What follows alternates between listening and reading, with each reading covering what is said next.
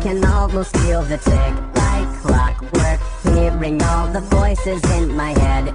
Each time I go, there's a game they play that I'm not part of, tearing at the weaknesses and all the faults they know. It's impossible to never. 17. Так мало видела в этой жизни и никогда не влюблялась. Для нее открыты все дороги, у нее много друзей. Она такая общительная, всегда веселая, забавная такая, верит в любовь с первого взгляда. Сегодня она встретилась с ним в школьной столовой. Он был с другом и сел за столик напротив. Ее взгляд встретился с его взглядом, и она отвернулась. Эта глупая десятиклассница подумала, что его взгляд что-то значит.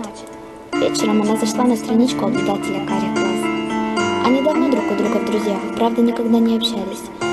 Она написала «Привет», и ответ не заставил себя долго ждать. Завязалось общение. Вечером она обнаружила, что заболевает.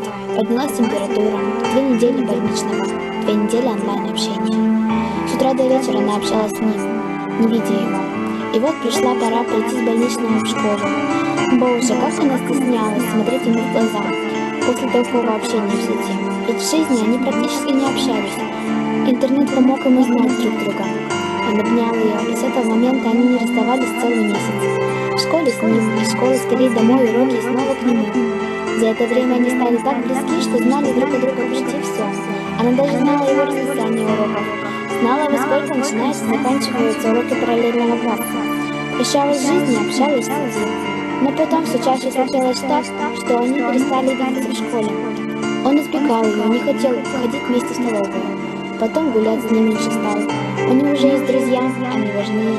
После друзей уроки, уборка, все что угодно, только не она. И вот настал серьезный разговор.